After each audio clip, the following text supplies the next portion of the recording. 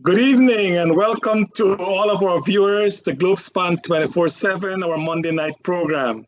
Thanks to Nohar Singh for making this platform available, and of course to Devin Bisu, our technical specialist. As the US prepare for Thanksgiving this week, we are very honored to have on our program tonight for the first time the Vice President of Guyana, the Honorable Bharrat Jagdeo. Mr. Vice President, welcome to the program tonight. Well, thank you very much. Also with me tonight is Dr. Euclid Rose, Professor of Political Science at CUNY for the graduate and doctoral program. Dr. Rose, welcome. Thanks, Charles. Mr. Vice President, since the swearing in of the Ali administration, no one in the leadership of the PPP was able to travel to the diaspora, of course, because of the COVID restrictions, to thank your supporters. As you know, there are thousands of supporters here in the diaspora who admired and loved you as the leader of the PPP. Would you want to use this time to address your supporters in the diaspora? Well, first of all, allow me to thank you for inviting me on the program. I must confess that it's not only the first time on the program, but the first time I'm actually watching the program. And I know the program has been going on for quite a while. I read a lot about it, but I've never watched it live. And from what I gather, it has kept people, the program has kept people informed about the happenings in Guyana. I know a lot of people in the diaspora are watching this program. So I want to say to them that we really appreciate the support of many, many people for whom the party would always have gratitude for the assistance they gave throughout the period as we approach the elections and after the elections.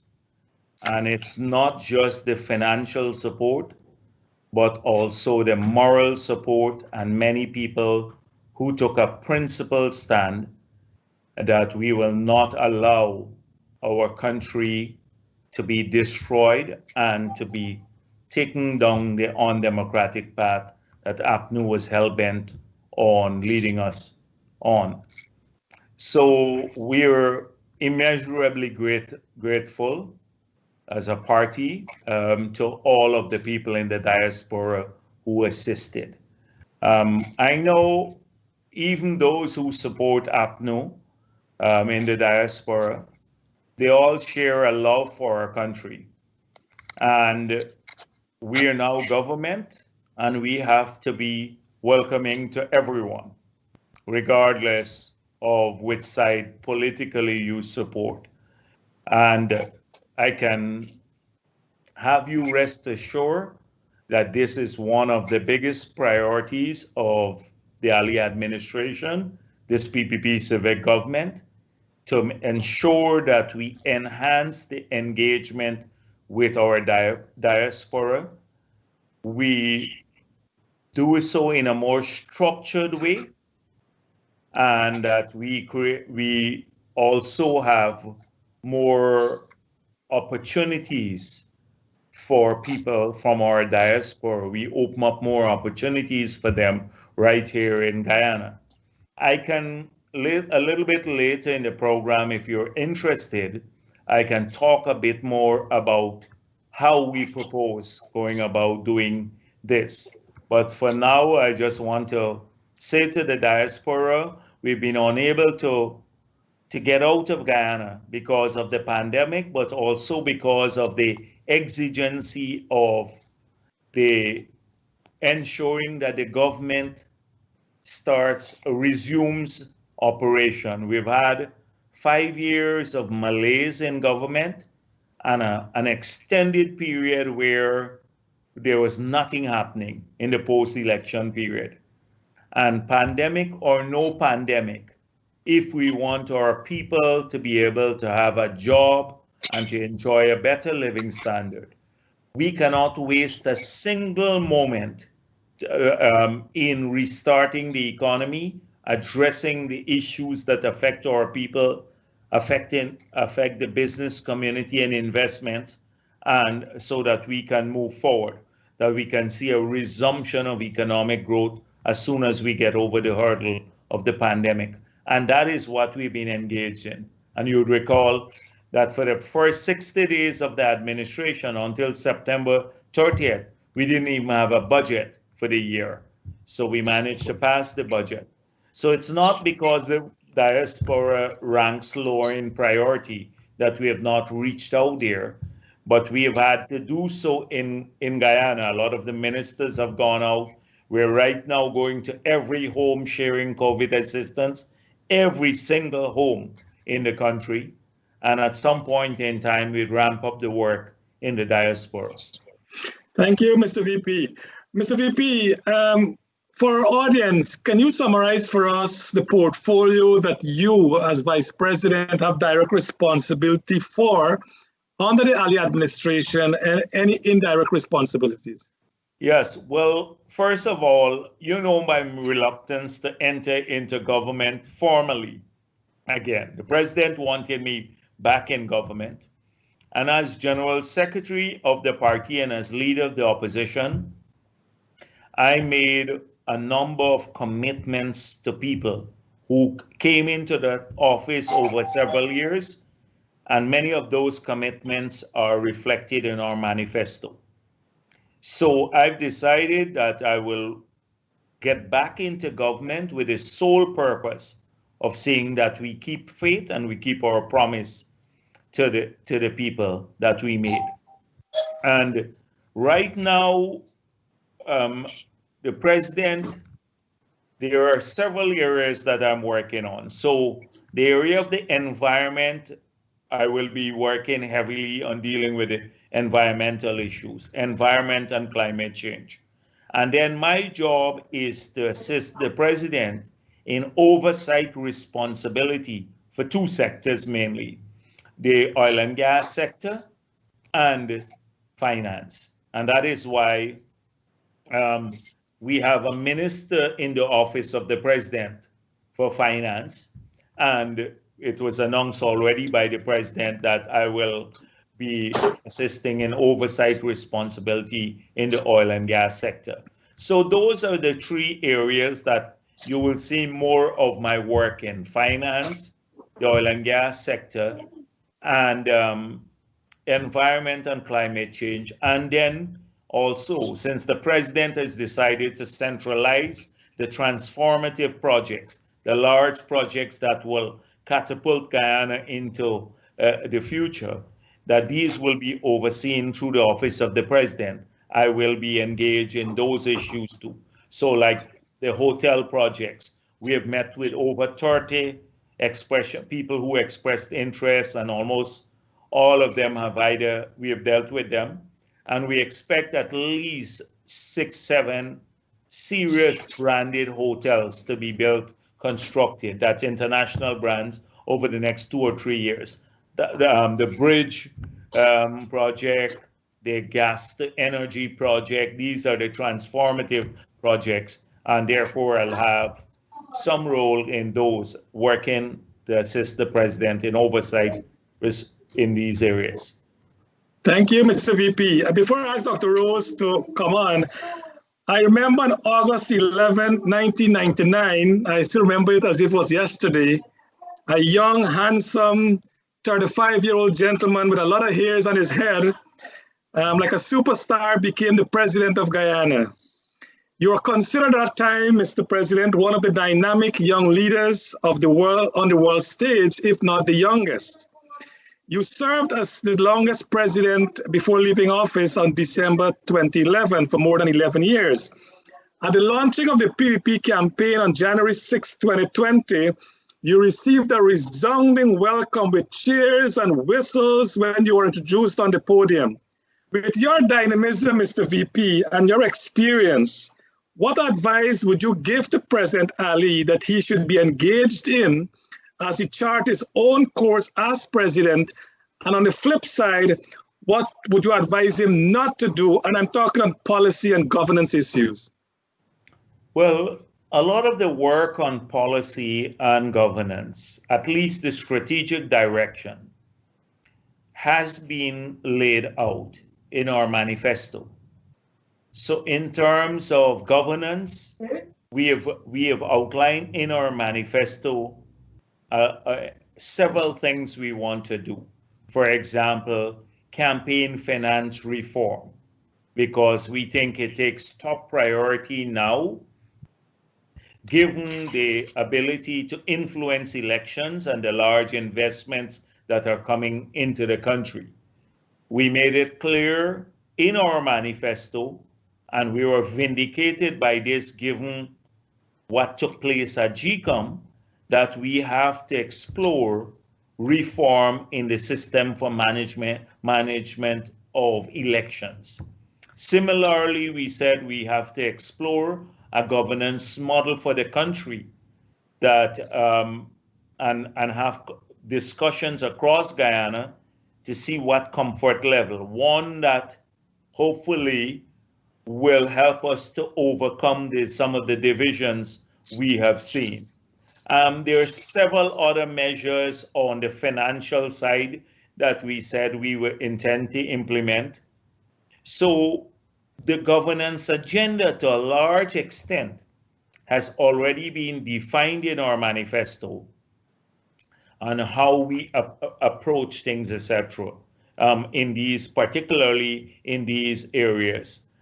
On the what I would advise him to do, the president he came up through the party, the ranks of the party, and he was a minister for several years.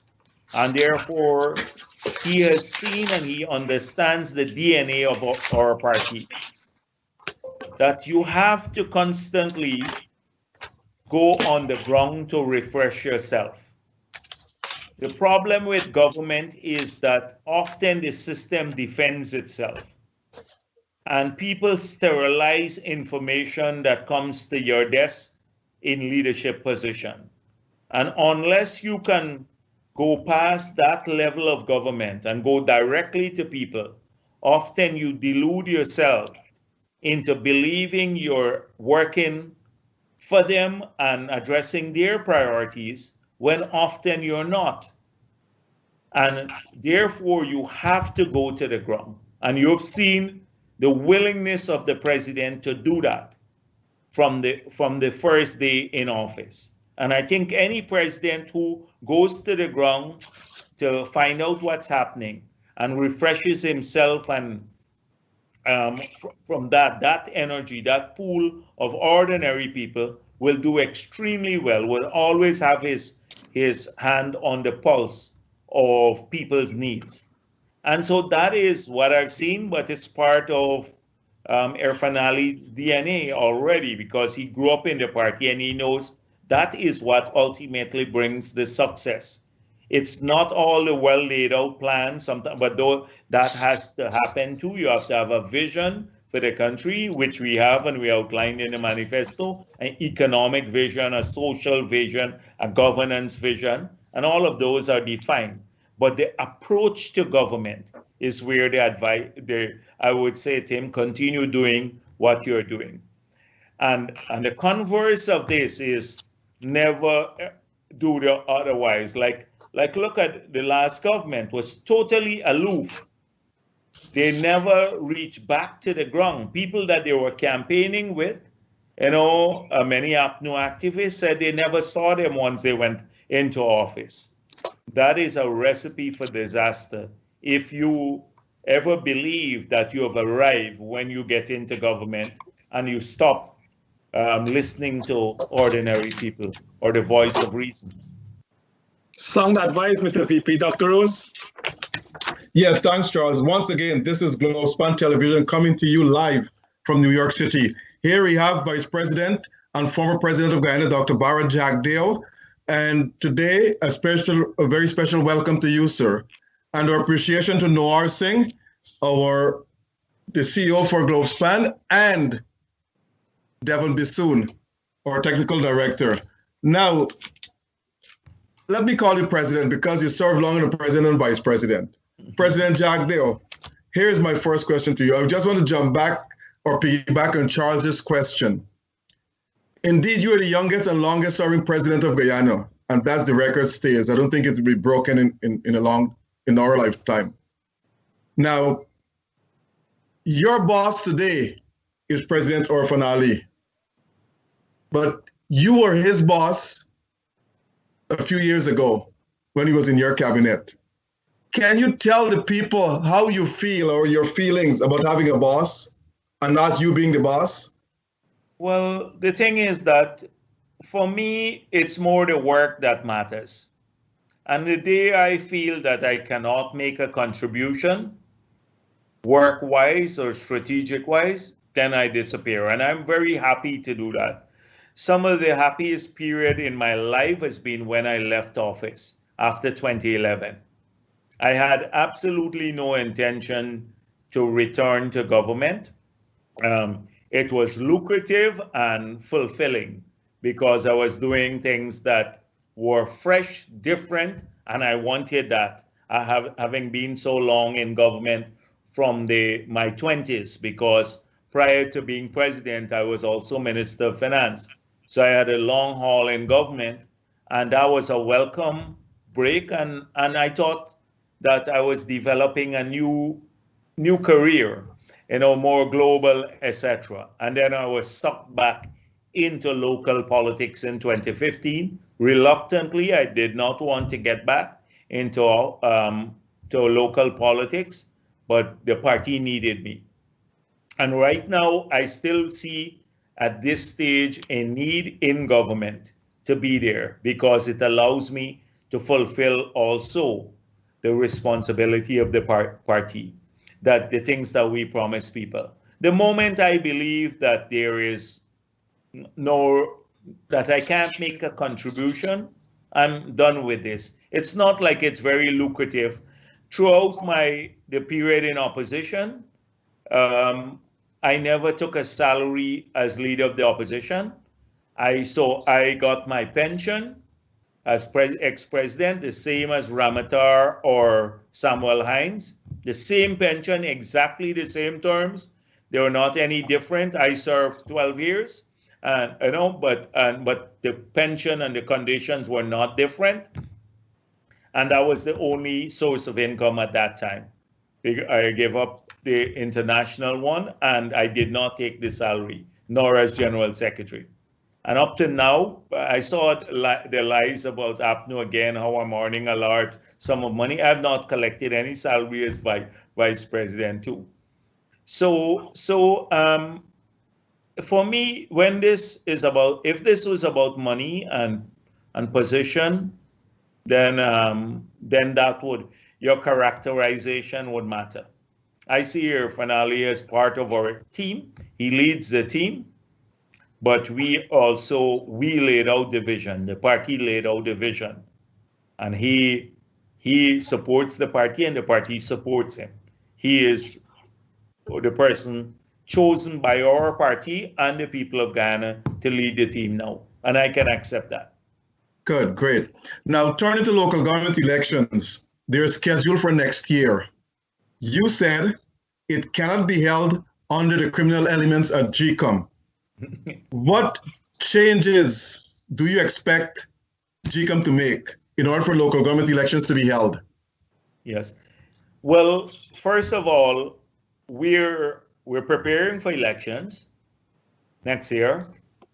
There's going to be in the budget resources for elections, but nobody expects, not APNU supporters, not the international community, nor the PPP or any other party for that matter, that we'll ever go to elections with a Lowenfield or Roxanne Myers. If they do, they need to have their heads examined.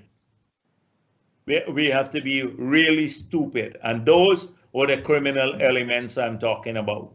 And people say, I see some commentary, they have not been convicted by the court, therefore you can't call them criminals as yet, and it's unfair to call them criminals. Well, they are criminals. Someone else said, if somebody picks your pocket and runs away, you don't wait until the person is convicted to call him a criminal. Well, we know they were trying to pick the pocket of the voters, Lowenfield and Roxanne Myers and many of the others. You don't need any evidence of this. So that's what we're talking about, Asked. Getting rid of these individuals who compromise the system. We can, if you have good people, you can go to the local government elections. We've had elections with the same system in place. But with those criminal elements, you never have free and fair elections. Look at the rabid display that they've had. I don't need to tell you about it. The whole country knows about it. The world knows about this. Not a single international organization or a country, any country, has said that you can have free and fair elections with those individuals still in place, because we've had discussions with them recently. We are also thinking, notwithstanding that, we have to think about changes to the Representation of People Act, to put in that act amendments early, maybe next year, some penalties, election-related penalties, so people can go to jail, strengthen the act so that they go to jail for some of the things that they tried to pull off in the past, stealing the elections. And then, of course, the act has to be made clearer now by outlining how the count takes place and the publication of the statements of poll. Until now, we don't have the statements of poll from the last elections. Regicum refused to release them. Of course, we have them. We made them public. And I don't know how they would ever win a petition when we call for the statements of poll and they don't present them, or they present them and they show that APNU lost the elections. So that is like it's almost impossible for them to win an elections petition. But that's what we meant about the criminal elements. And I call their names, so you don't have to guess. Okay, great, good. Well, I know you will. Now let me turn to the diaspora. And this might be a tough question for you, but I don't think it's tough. Whenever a PEP leader or president comes to New York, he or she goes to Queens, Richmond Hill. The same is true for a PNC APNU leader. He or she goes to Brooklyn, where the supporters are. We're talking about unity. Now, the question to you is this, and I want you to say it here and now. Whenever you come to New York, are you prepared to go and address the residents of Brooklyn as well? We must address all Guyanese, as I said at the beginning. It's often because a lot of the real politic is that in Queens, there are few support groups that are pro-PPP. And therefore, they organize functions in Queens. So most likely, you'll go to a function organized by a group there. I can assure you that if anyone organizes anything in Brooklyn, then we will attend to. Because a lot of the functions that we attend are not organized from Guyana. They're organized by the organizations or the support groups out of the US.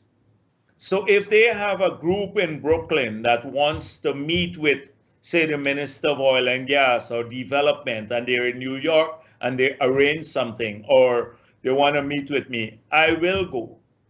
I've gone to Brooklyn numerous times, but without the fanfare and within smaller groups. Not the big, large functions, because a lot of people there too are worried about the stigma that if they organize something for us, then some people in the community think they're selling out to the PPP, etc. So they'd say, we want to meet with you, but we'll come and meet with you at a Starbucks. I met people at Starbucks restaurant in Brooklyn, or they will come to Queens to meet with me. People from Brooklyn, because they don't want to be tainted. And this is very, very unfortunate, because we're all Guyanese, and it's almost, that's how often people see. So if, for example, someone from Brooklyn stood up in the period and said, no, APNU was trying to rig the elections, that we all know, suddenly they become stigmatized by hostiles like Burke and the others, who all the time can become the very vile, very vile. I saw today somebody was showing me a post by one of the APNU activists, because on Diwali night, you thought was eating some food, vegetarian food, that how the Indian people put something in his food and made him a stooge or something like that. That's how we characterize each other. This has to stop. This has to stop. And what goes on online from both sides, those who try to, use race or anything else, hostility to divide our people, it must stop, from even those sympathetic to the PPP and those sympathetic to APNU. We have to have a more, even if we disagree, we have to be civilized about the disagreement. Agreed. A quick question, and I want to know if this is a change in the PPP policy or the government policy. I've seen where when a government wins an election, that government appoints all the REOs for all the 10 regions. But I've seen where the PPP left an APNU REO in Region 4, Pauline Lucas, one in Region 7, Karen Ward, one in Region 8, Mitzi Campbell, and you appoint a new one in Region 10. Yeah. And they're all APNU supporters, put it that way, or government supporters. Is that a new policy or a new approach that the party that wins the region will get the REO? Is that your party's new policy? No. The REOs are accounting officers. They report to the Ministry of Finance, the financial secretary. They have a fiduciary responsibility under the FMAA. So that act. So the REOs are not part of the elected machinery of the region. And so the tradition has been that the REOs would be people who can discharge that responsibility. Now we looked around, and the ones remaining were people who acted more professionally. We replaced those who were unprofessional. Throughout the campaign, they were very hostile to PPP people. They used the resources of the region to support APNU's campaign, a whole range of things. So we're rabidly pro, like party members of APNU or AFC. Now, if you behave that way, in such a partisan way, then there is no confidence that you will discharge your responsibility in an impartial manner. Look at Morrison from Region 5, and Storm from Region 1, or the guy Parker from Region 9. These were hardcore activists every night on the media, hostile, racist, and all of that. And so that is why we found that the people who remained here, some of them were acting professionally or so. So this is why there be no changes there. But an administration needs to get people who will carry out its mandate. APNU, on the other hand, remove everyone, absolutely everyone. And nobody said anything then. From even people who were not political at all, they removed them. And today I see now when we want to move somebody at the head of the EPA, a guy who was on the platform, I saw him on the platform, who is not suited for the job. His CV doesn't support being head of the EPA. He doesn't have any skill in that area. You remove him, suddenly he becomes a victim of politics. And the same thing with the head of the energy department, the Department of Energy, where he's never had any experience whatsoever in oil and gas, and he manages that sector.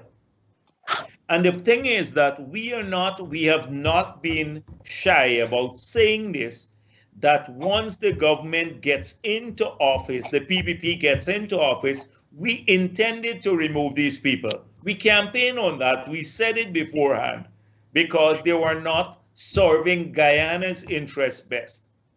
So we made it very clear. We made it very clear that we were going to investigate the corruption in land transactions at NISIL, at Lands and Survey, and some other places where lands were given out. And what we are finding now is openly criminal. When the details hit you and people in Guyana, they will be shocked. So now Harman and the others, because many of them were implicated, Harman, James Bond, etc., in these illegal, Jordan, in these illegal transactions, now they're making it an ethnic thing.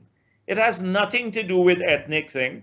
And they're saying, oh, PPP is removing the land or recovering land from Afro-Guyanese. Absolutely untrue.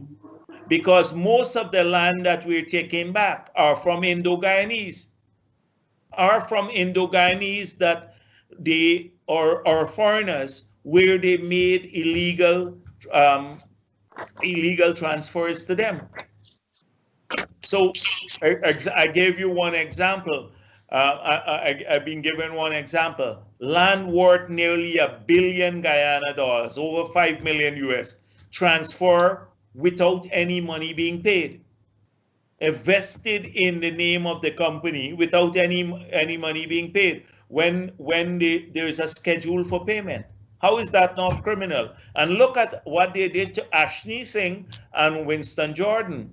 They put them in handcuffs. They sold 2 pieces of land. You had a valuation for that. Not Winston Jordan. Winston Brassington, sorry. Right. Winston Brassington. And Winston Brassington. They sold some land that went to the privatization unit.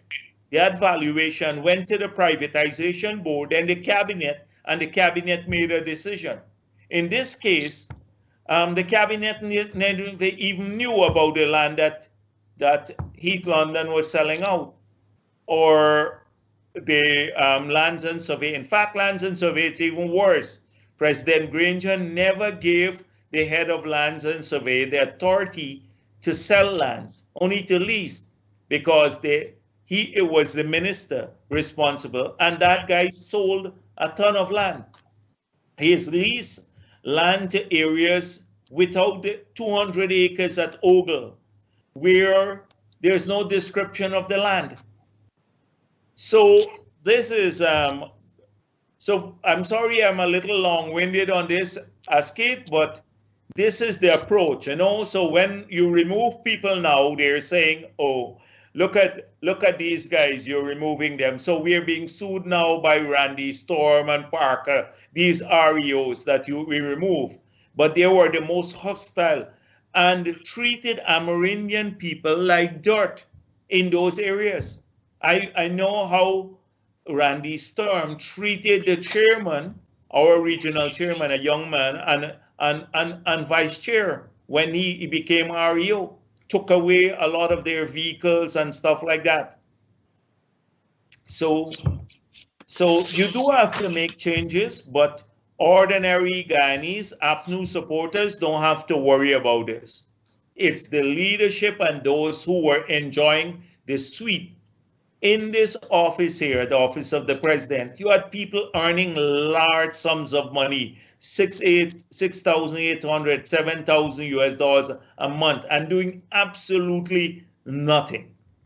They're political. All that they were are political. We have to remove them. Now, the farmer in Region 5, the black farmer in Region 5 will never get that help. So it's not about race. It's about being like patronage to the extreme.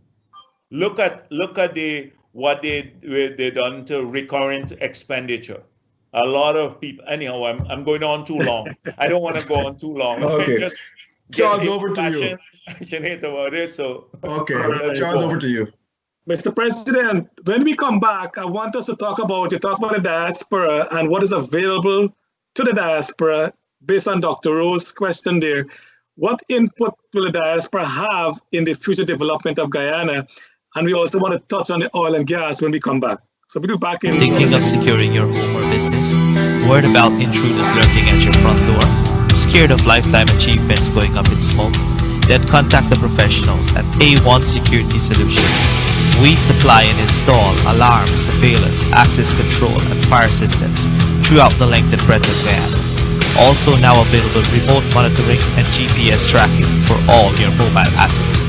Our experience in technology over the years makes us capable of executing any job, big or small. Simply pick up the phone and call us on telephone numbers 220-0341 or 628-0551. A1 Security Solutions, supporting all your security needs. TravelSpan is pleased to announce that the airport in Guyana is now open. There are flights from New York and Miami non-stop to Guyana. Call TravelSpan for all your travel needs to Guyana or for your vacation to Mexico or Punta Cana. Call 718-845-0437. That's 718-845-0437. Flights are now on sale to Guyana and vacation packages are now on sale to Mexico and Punta Cana. Call 718-845-0437. Logistics International, based in Trinidad with representatives in Guyana, is pleased to announce its shipping services from Trinidad to Guyana. Logistics provides shipping services and has experienced personnel to handle all of your shipping needs from Trinidad to Guyana. Buy in Trinidad and let Logistics handle all of your shipping to Guyana, from small boxes to container sizes. Call Logistics in Trinidad at 1-868-336-8218 to handle all of your shipping needs, and they handle all sizes. Logistics International has been shipping for over 22 years to many Caribbean countries with reliability and dependability. Call 1-868-336-8218 in Trinidad. That's 1-868-336-8218. Or email at liclcargo@gmail.com. Charles. Welcome back to our viewers. We want to thank the Honorable President, Vice President, President Bharrat Jagdeo for hosting us this evening on this program.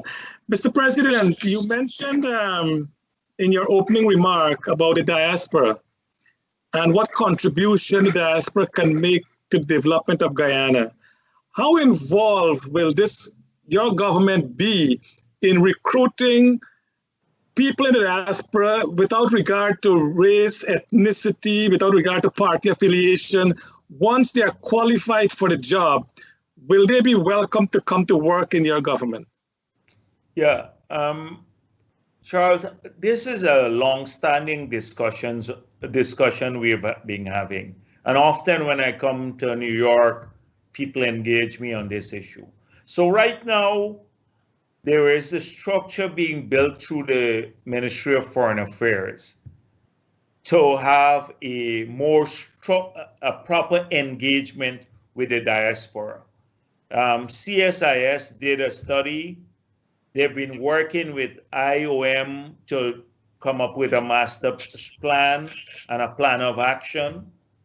We hope that we will have either a diaspora desk in the major places where we have large numbers of people from our diaspora, but definitely once we make some changes to the foreign representation of Guyana, the heads of those missions will be called home or be briefed heavily on their approach to diaspora engagement. They're thinking about internships with young people to reconnect them with Guyana so they can develop an interest. But there are not that many opportunities in government, and there are large numbers of people in the diaspora. So everybody thinks in a ministry, really, you need 5, 6, 7 technical persons, not hundreds. And sometimes there is this mistaken impression that the government sector can absorb a large number of people from the diaspora. And often when you see what the requirements of the people who are coming home to work, or not those who are just volunteers, but who want to move back, they're way above what the salary scale here is. So these are real issues. And if the diaspora believes that government can absorb all of the interest, then it's misguided. On the other hand, we have a burgeoning private sector and enormous opportunities, unlimited opportunities, and the first preference should go to our people who live here in Guyana and who live abroad. They're the first preference. So they have to start looking at engagement here, setting up businesses, getting into services, coming down now and doing joint ventures. We are creating in the oil and gas sector a huge margin of preference for Guyanese. And it doesn't matter where you live, here or abroad, so that that some of the services can only be outsourced to Guyanese. So if you have professionals, etc., and if there is a minimum amount of spending that the oil and gas companies have to do to pursue, to qualify in Guyana, then that spending will go to Guyanese. And when you think about the scale, Exxon alone would invest upwards of $20 billion US dollars. When you talk about we're trying to shift the industry that services the oil and gas sector into Guyana. So our oil and gas sector is not serviced from Trinidad and Tobago and the United States. If we have the support services, that's another 40 billion US dollars of investment. Represented therein are huge opportunities for young Guyanese professionals, investors from Guyanese, investors from abroad, a whole range of people. And they will have, under our local content law to be passed next year, a huge margin of preference. So that is where we're trying to open up opportunities for our people in real estate, in a whole range of stuff. Because we want our people to come back. They should have first preference. But the government opportunities are not that many. When you think about it in the scale of things. Well put, Mr. President. And I want to zoom in on that a little bit you just said. Based on Kaieteur News report, the Suriname authorities stated that they will leave no stone unturned, that they, with regard to their people benefiting from the oil well generated from their natural resources. Can you assure the Guyanese people that we will also, in our local content, as you mentioned, coming on stream next year, that local content, like Suriname, they have to ensure that the technical, administrative, executive, and management positions are done by the local Surinamese. Will we have that kind of arrangement in Guyana? Well, I don't know about Suriname, because when they said that there was a signing bonus of 150 million, and then I asked the president of Suriname, he was not, when he was here, was not even aware of that. So a lot of things come out here that are not grounded in facts. But I think it's laudable that Suriname wants to do this, and we have to do something. We have to build a bureaucracy in Guyana to manage this development. But you're not going to build that overnight, because as you're working to build the bureaucracy, and bureaucracy in the good sense of the word here I'm speaking about, as you build this core of Guyanese professionals, managers, better word, that you also have to regulate the sector. So we have to buy the best skills at this point in time until we can build that capacity. So we are thinking about 300-400 of our brightest students that we have to get them, send them off to study, and and start training them. This is at the senior level. And we believe that once they return, they may take 4 or 5 years, but then that could become the basis on which you build a long-term takeover. Maybe in 5, 7, 10 years' time, you have an entirely indigenous architecture staffed by Guyanese, and with exercising control of the industry. You might have to occasionally buy in some skills along the lines that you're talking about, professional, managerial, etc. Simultaneously with that, and a quicker win is to train people for the task, the immediate task. So the welders, the drivers of articulated equipment, specialized skills. A whole range of training programs are in the work so that more of our people can work in the industry. But this is not at the managerial professional level, but at the technical level, servicing the industry, etc. So a twofold approach to this, to getting our people involved. And this would all be bolstered, supported by strong legislation, which directs the companies that they have to recruit and spend. Recruit Guyanese once the skills are here, and then spend a minimum part, or at least part of a guaranteed part of their total expenditure every year here in Guyana. So we're not going to tolerate water coming from California again for the ExxonMobil staff. We have good enough water, bottled water for people to drink, and they should buy that here. So if they do that, then we may have to say this can't be funded out of cost oil. We can't have the Guyanese guy making 75,000 Guyana dollars per month and the foreigner making 2 million or 1.5 million for comparable jobs. We can't have you bring in taxi service, Hertz taxi service here in Guyana when the company can easily rent taxis from our people, and rent apartments from them.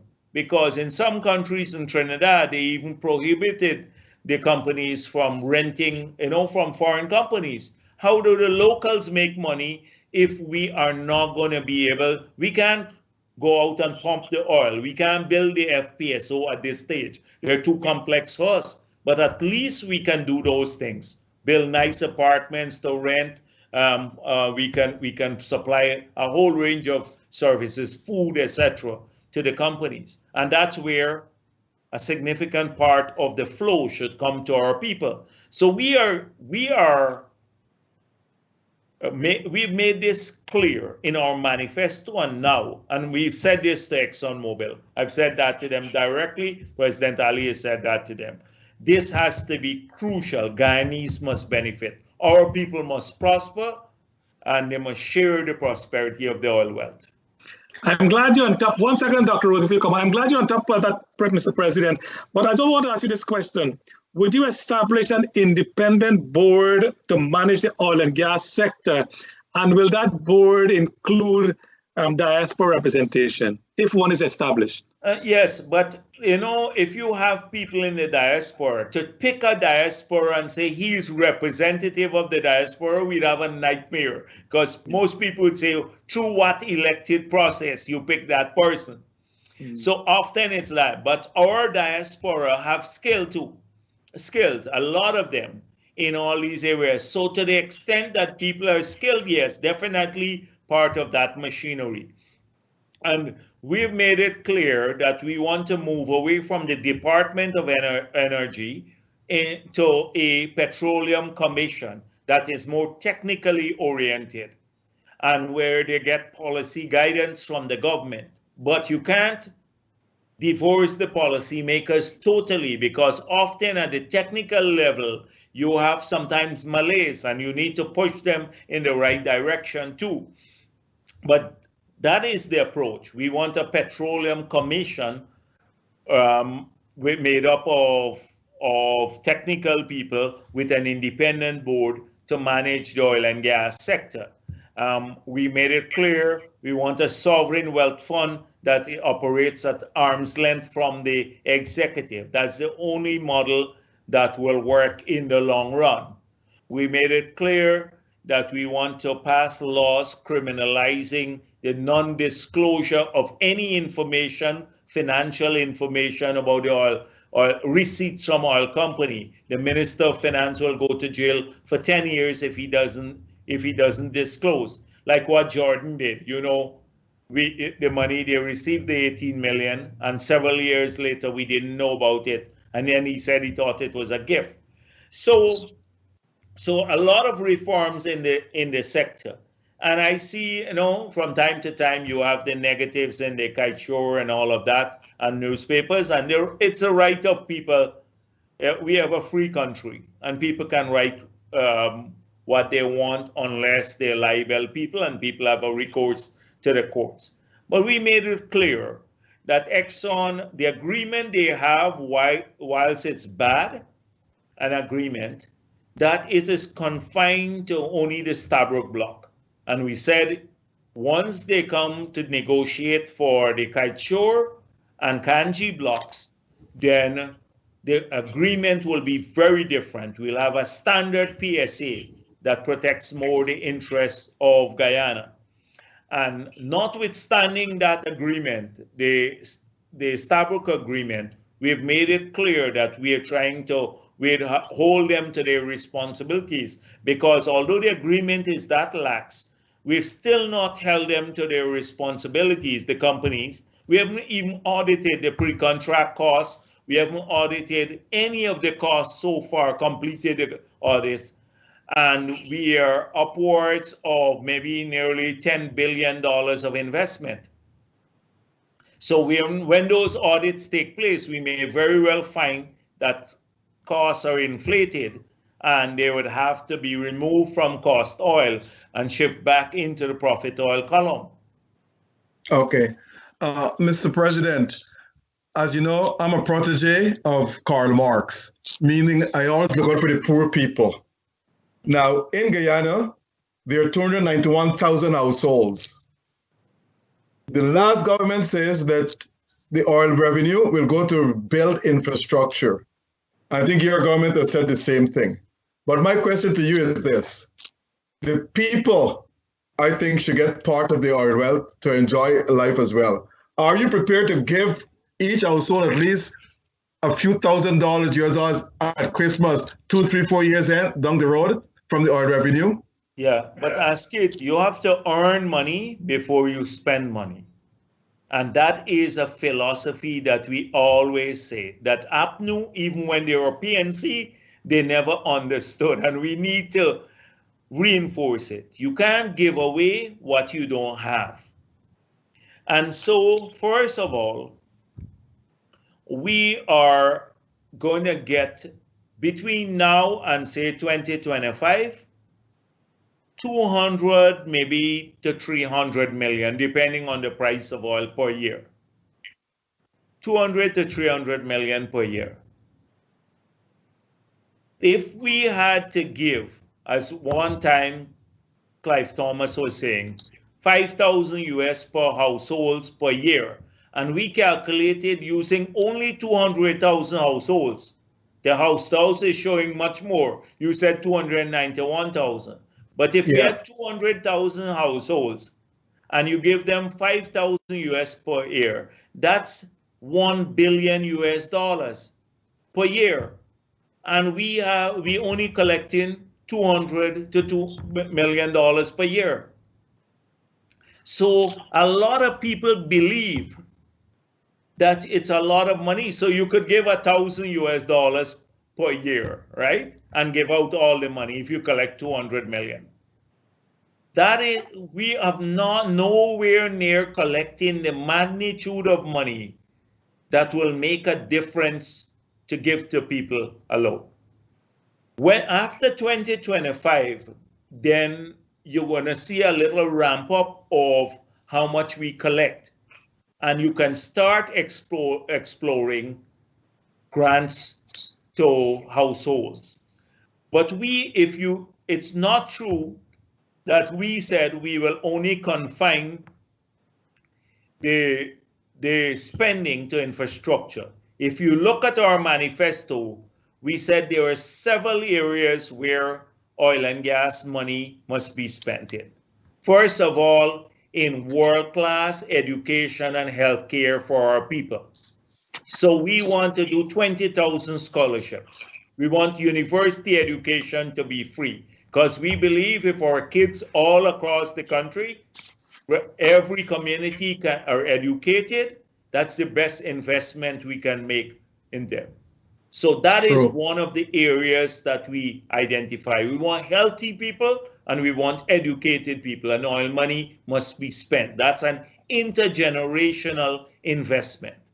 Secondly, infrastructure to catalyze future growth so that the investment is not for the sake of investment purposes, but it catalyzes future growth and avoid complete reliance on the oil and gas sector, which is not labor intensive by any standard. With $20 billion of investment, US dollars of investment, we'll not be hiring more than 3,000 people directly, maybe 10,000 with the other subsidiary services. Kaisuko or sugar or rice or bauxite have thousands of people. We have to keep those activities going and make them competitive. And so we said in that area too. And then we said targeted cash transfers in our manifesto. So we believe in cash transfers, but at the beginning, you can't give everyone, like what we're doing with the COVID grant, but we want targeted. So single parent households, the pensioners must get some more, like our school kids, like what we want to do. So we've increased the grant to our school. We restored the grant that APNU took away, and we increased it. From January 1, they'll get that. Our pensioners will get more. Public assistance has gone up. We're giving more to school uniform project. That is where we want, in the short term, to make sure we take care of people and generate jobs. That's how a short question for you here.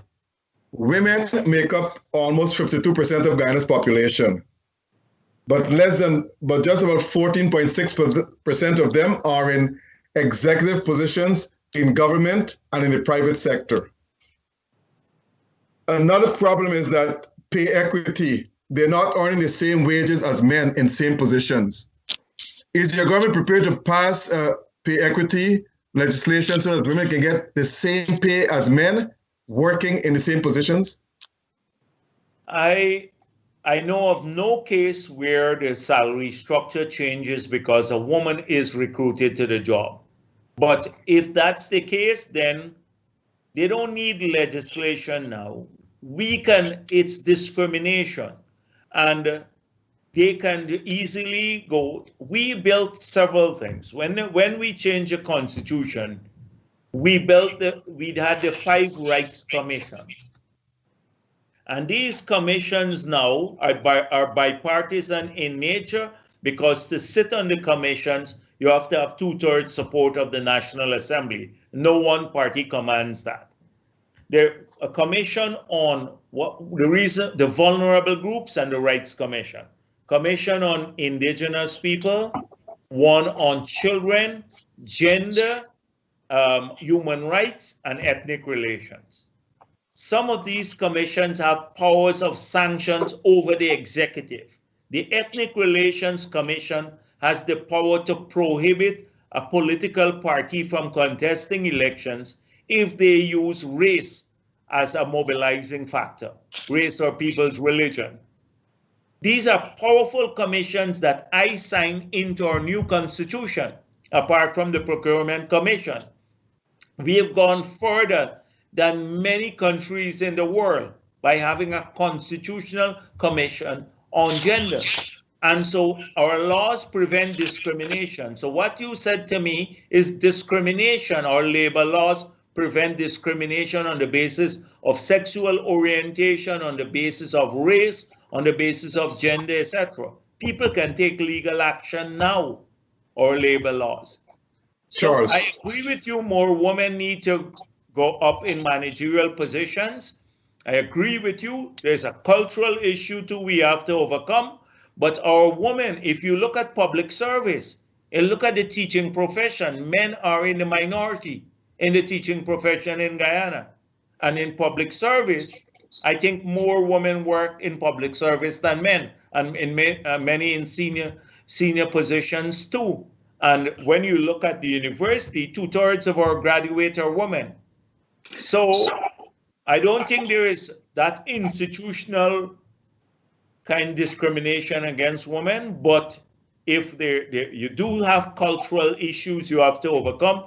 Too few of our women are in the workforce now. That's a huge growth area for us to get more women in the workforce. But that means decentralizing job opportunities that we had started with. So the president just spoke with Qualfund, and I think they're going to restart in Tushin and then different parts of the country. So that in the rural areas particularly, like if you're in Essequibo, the women there, the housewives, etc., they can work during the day and then go back home. But very few job opportunities are in those areas, or say Linden or some other part of the country. So we still have a long way to go to get women employed. But if there is any institutional hurdle to women growing in Guyana in terms of what you mentioned, we're definitely going to fix it. Definitely. Okay. Mr. President, you mentioned the revenue from the oil sector will be about $200 to $300 million US dollar annually.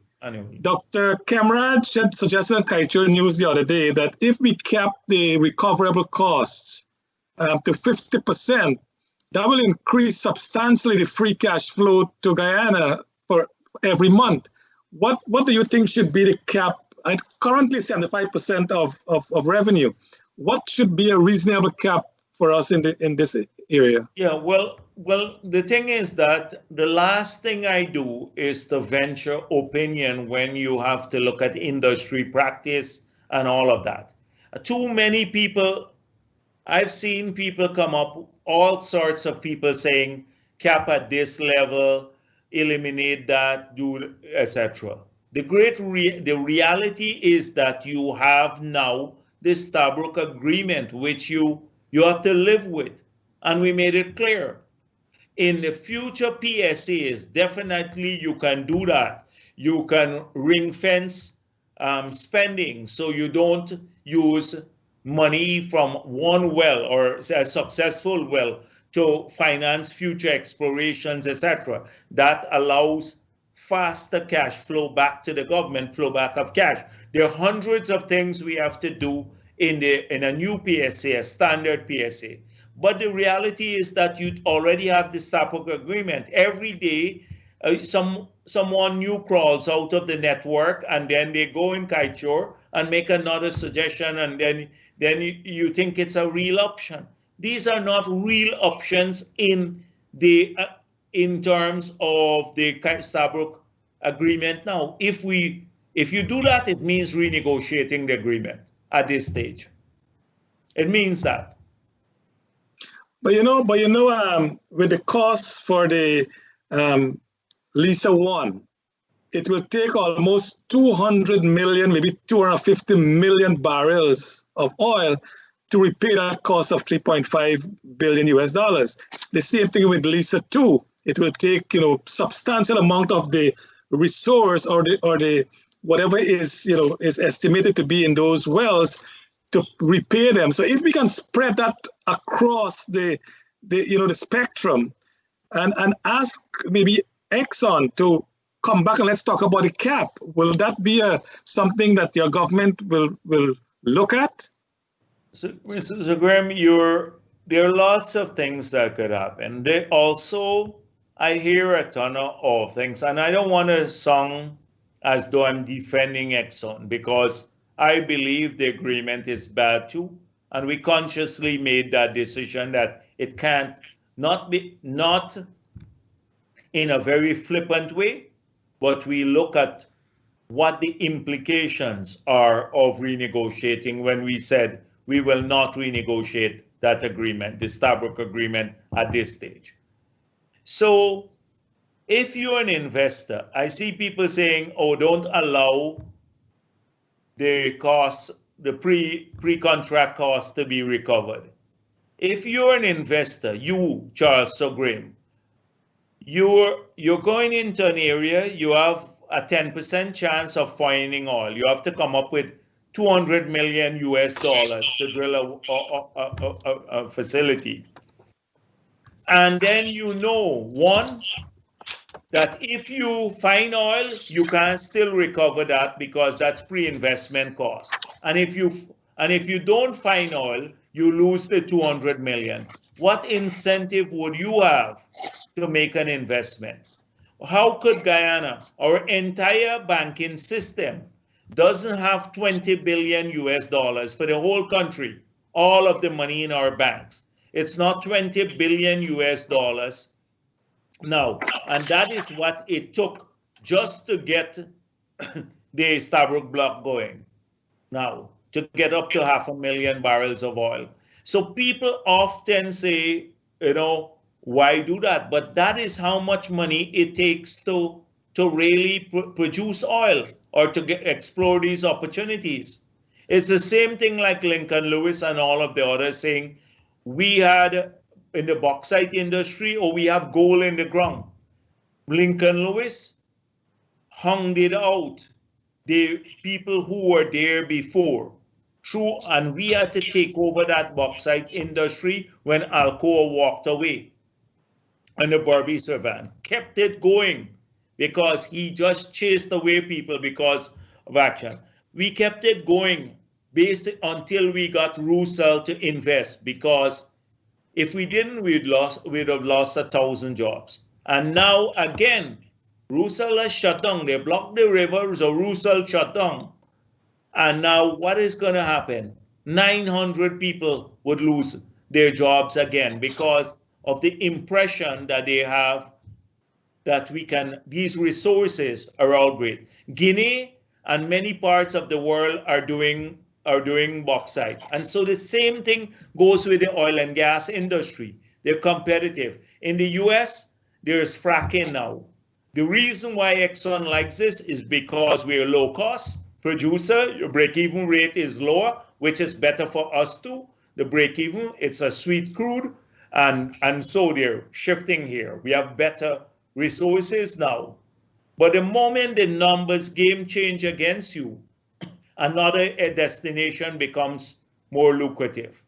I've said all of this not to defend Exxon, but just to say we need to bring some realism to the debate. I've seen every flotsam and jetsam, every person who believed that one day read a book on oil and gas, commenting as though it's gospel, and it's carried as though it's gospel in many parts of our media.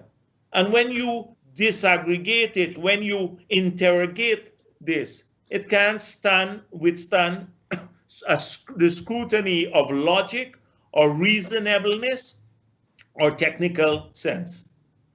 So not everything you read, you believe we can run to. Now, having said that, I believe that capping recoveries, ring fencing, getting higher royalties, all of these issues should be dealt with in the standard PSA going forward for the Stabroek, Kanji block, Kaieteur block, and many other areas. And for all the new oil companies that will need a production license from the government in the future. Mr. President, a question I have for you here. Now, crime rate is very high in Guyana, which you know, especially domestic violence. There's not a day or two past a woman is not being murdered by ex-lover, lover, whatever it is. What your government intends to do to reduce the crime rate in Guyana and to lower the domestic violence tremor that women are being faced with in Guyana? So the crime rate is crucial. In order to have people feel safe in their homes is vital, and it requires a lot of investment in capability. So we had outlined an approach to this, and a lot of the capability we'd have to work with the police on building, which is training people, hiring more people, but in crime fighting, using technology heavily, expanding our investigative capabilities, intelligence gathering. All of these issues have to be enhanced. And then on the other side, to work with communities to make sure that the kids who may turn to crime because they have bad influences, etc., that they're kept away from it. So more community engagements and finding jobs for those young people, etc. A lot of them at the lower end of the spectrum don't have jobs. And you have to make sure that more jobs are produced so more people are working. On domestic violence, it's very tricky. I remember we passed one of the most draconian laws against domestic violence and violence against children. When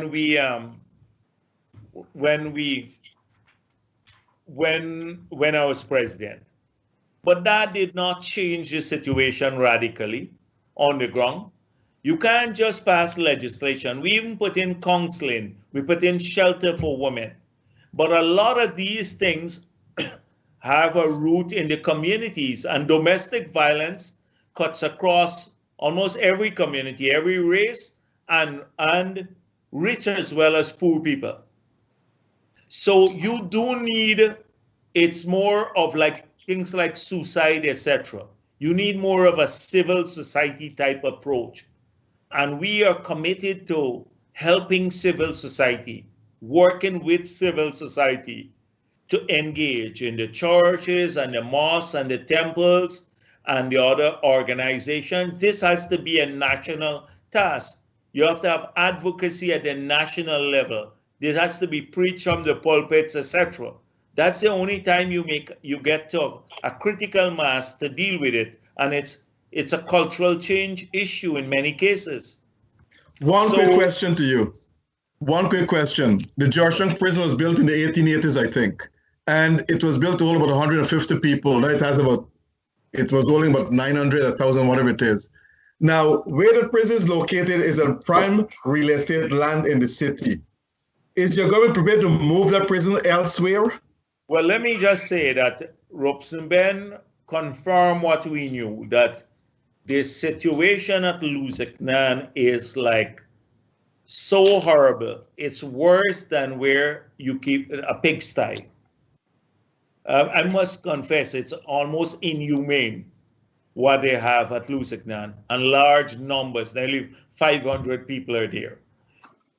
So we have a commitment in the budget, and even starting now, they have a design for a new prison, a friendlier, more comfortable prison that would take account of a whole range of things, with not just incarcerating people, but also training them, having access to the libraries and studies, etc. A big work on rehabilitation.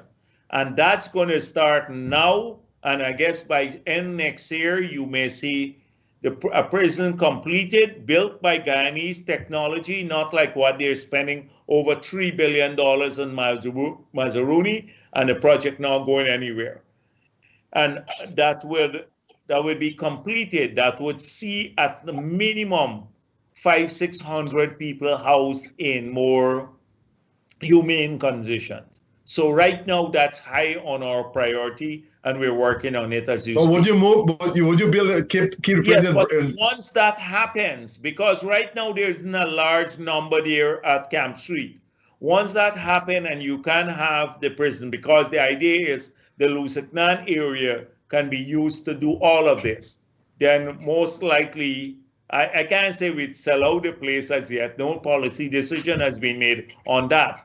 But definitely de-emphasizing Camp Street Prison. Okay, Charles. Mr. President, will we have a new constitution by the end of the first term of President Ali?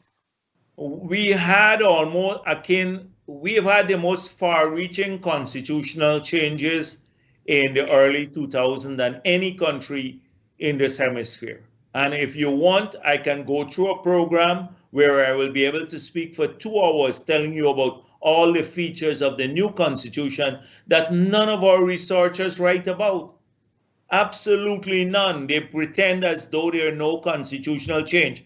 The 5 Rights Commission, the Procurement Commission, the 4 standing committees of Parliament, when they're enormous powers, rotating those, the Service Commission, Judicial Service, Police, Public Service, and Teaching Service Commissions, all restructured, a parliamentary management system put in place, reduction of the powers of the president, far-reaching, entire new preamble to the Constitution, and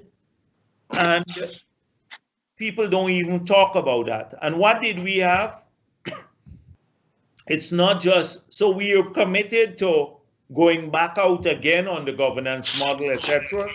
The public consultation, and but let me just say one thing to you. The Constitution operated well for a long time, and it's not just constitutional compliance,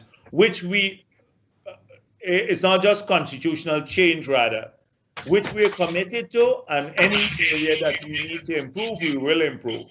We'll go out on that process. We're committed to that. It's part of our manifesto. But if you have people who are dishonest, they can take the best constitution in the world and violate it, like we saw with APNU. Look at, for 25 years, the 2 political parties agreed to and operated that provision to name the chair of GCOM in the manner as intended. PNC and PPP, we agreed to that 25 years. Granger comes along, he violates the whole understanding. Look at the no confidence motion. It was quite clear, 3 months, and look at what happened. You have to have decency too, and so it's not all about constitutional change. It's constitutional compliance.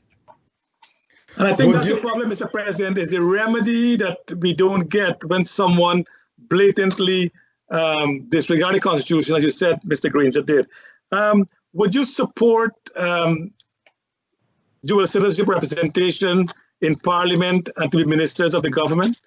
I personally would, but that's not for me alone. But personally, I don't see any reason why we shouldn't have dual citizenship in our Parliament. We have a large diaspora. A lot of people want to make contributions, and I don't see why they should not be allowed to in our National Assembly.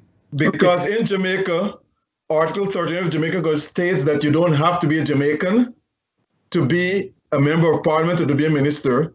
You just have to be a member of the Commonwealth and live in Jamaica for 7 years. In the United States, a Guyanese, Trinidadian, if they're a citizen, 7 years after they can be a congresswoman or congressman. 9 years after, a senator.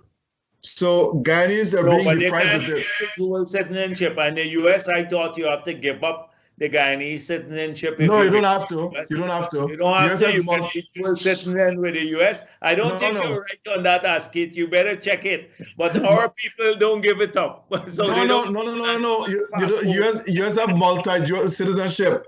Look, no, but we're on the same side. We're on the same side. But that is not a decision for Jagdeo to make. But you know my position. Like a lot of our people didn't agree on decriminalizing small quantities of marijuana too, because they thought we are legalizing marijuana, and we're not legalizing. I support not locking our kids up for 3 years minimum if they're found with 1 cigarette. A joint. Quickly, so my last question. My personal position. So personally, as Jagdeo, I don't see a problem with dual citizenship. My last question to you is this. I know you have to go. Is that we have the racial divide in Guyana is growing. Every report have shown that over the past years. And we saw that with the 2 Henry boys killed up there. What happened? Now the question is, and I suggested this to President Ali, is your government prepared to establish a national unity committee to try to bridge this racial divide? Askit, I don't share your view totally. Okay. So let me say that we've had a large number of years. We have worked, we've lived in Guyana with each other for a very long time, all of our people, coming from different parts of the world and the indigenous people. There's been a lot of turmoil in our history.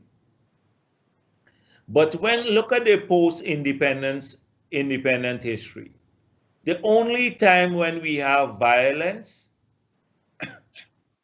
or we come close to violence is around election time.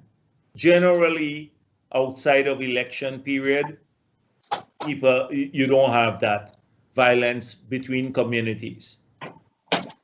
And so why is this so? And why is it only when APNU has lost those elections that you have this violence or threats of violence? And does it encompass our whole country, or is it small groups of people? I believe therein lies the stability of our society. I've seen countries that are more homogeneous than Guyana, where all the people look the same, but they may have like tribal differences, but they're all, say, African, or some other part in the world, like in Southeast Asia.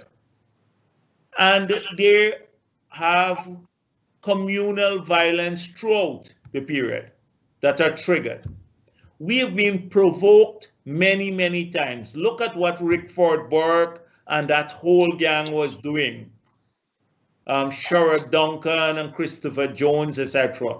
Provoking people in a period that was tense, very tense the last five months. The 5 months between the elections, right? And the date the results were announced. And what happened? You didn't see our communities fighting each other, the people fighting each other. You had a few protests here and there. You didn't see our people. And in that, I believe the hope for this country lies. Because our people listened to it, they understood the provocation, and they realized that there are small groups of people who want to divide us, but they didn't go down that route. And they were actively worked upon. So this is important for us to understand, and that APNU's use of the race issue is to grab power.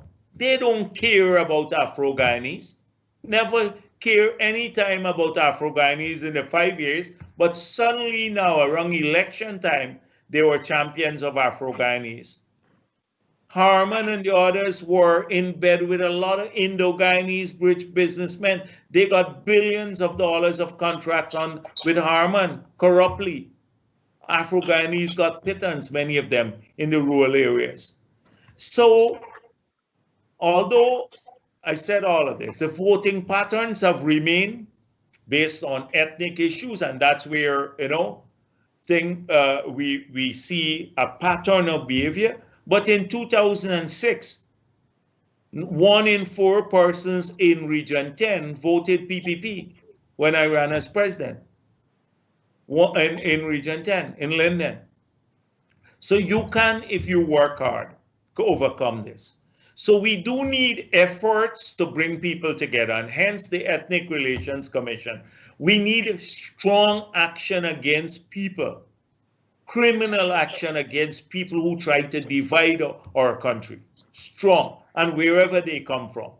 When you take that action and then you promote greater understanding and harmony through initiative, through the ERC and the Unity Commission or whatever you call it, ask it, then we'll move forward. But I'm not, depressed because I've seen our people withstand. When I say our people, I mean APNU and AFC people. and PPP people, all of them. AFC is no more, from what I gather. Your whole party is no longer there. But people of every race, every religion, every political persuasion, that's our people, Guyanese. I've seen them being provoked over and over and over in their communities, and I've seen them stood tall. And look at West Coast Bobbies too, with the Henry boys. Those guys were vultures.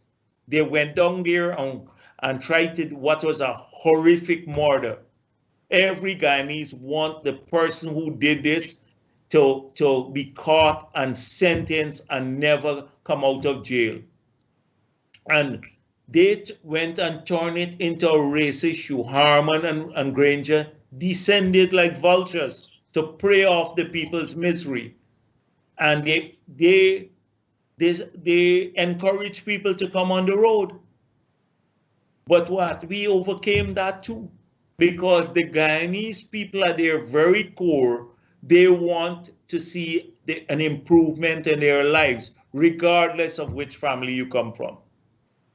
Black, Indian, Amerindian, whatever, a mix, etc. We want a better life for our people and our country. And so I'm not one who is pessimistic about the future, but we have to have programs and decent people standing up to the ones who are going to try every single day to divide our people. Thank well you. said, Mr. President. Mr. President, I know. Thank you for staying on with us for so long, but I want to ask you one final question as well. Yes. The derelict on the road, on our roadside, and the purpose of our road, it says eyesore. Appears as though Berbice roads, the quarantine road, seems to be the bigger culprit in that. Yeah. What will the police force do or the local authorities do to remove those derelicts? They have to remove them, and people should be reasonable too. You can't be parking a tractor that get rotting on the roadside for 20 years and then expect people to live with that. So definitely it's causing accidents and all of that. That's unreasonable. People have to be reasonable too. Some people, they think, oh, you're violating their constitutional right if you go and remove an old derelict. But so we have to take enforcement action where it endangers the lives of other people and it becomes an impediment to development. I agree with you on many areas. Some people run their whole business on top of the road. Yeah, Mr. President, we want to thank you so much for spending this 1.5 hour with us. I know you had to run before, but yes. I'm glad that Dr. Rose keep you going through, so your discussion was and I would like to hear a closing statement from you. What would you tell Guyanese? I'll take a closing statement. Thank you very much. I'm sorry I didn't listen to the Globe Span before, but it seems as though you've kept the diaspora well informed. And everyone has a role to play, and the diaspora is crucial for Guyana's development. We need our people to come back. We are looking at housing schemes, world-class infrastructure, world-class healthcare and education. So if their kids come back, they can have proper schooling here. The security would be crucial for them. All of these issues.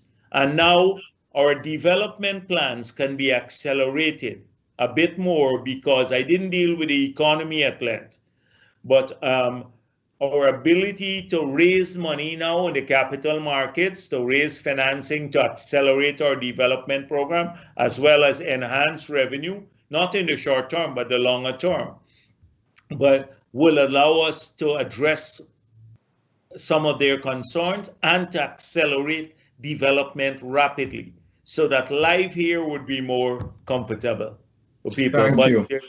Mr. President, you have spoken with great knowledge this afternoon with our program. How long will you be giving your service to the current government? I don't know. One day I might just pick up and do something else. But right now I see a need to continue working, and so I keep working until I don't know when, but once I'm convinced it's for our country and our people, that's good enough for me. Well, you're still a young man. You have a lot more years ahead of you, and we hope that you can stay there to continue development of our country. So, Mr. President, thank you so much for spending the time with us this evening. Thank you. Thank you. And thank you for appearing on such a short notice. Thank you very much, sir. Sure. Take care. And thank you. Take And care. to our viewers out there, we want to thank you for being a part of us tonight. We are honored to have the Honorable Vice President, President Bharrat Jagdeo, and of course you, Dr. Rose. We want to thank you so much for being with us, and to GlobeSpan 24/7, Mr. Nohar Singh, to all our audience out there. We want to thank you so much. All of you here in the US, happy Thanksgiving as we celebrate Thanksgiving this Thursday. And we look forward to having a wonderful Christmas. To you, Mr. President, again, thank you, and God bless you, and God bless our people of Guyana. Thank you. And God bless Guyana.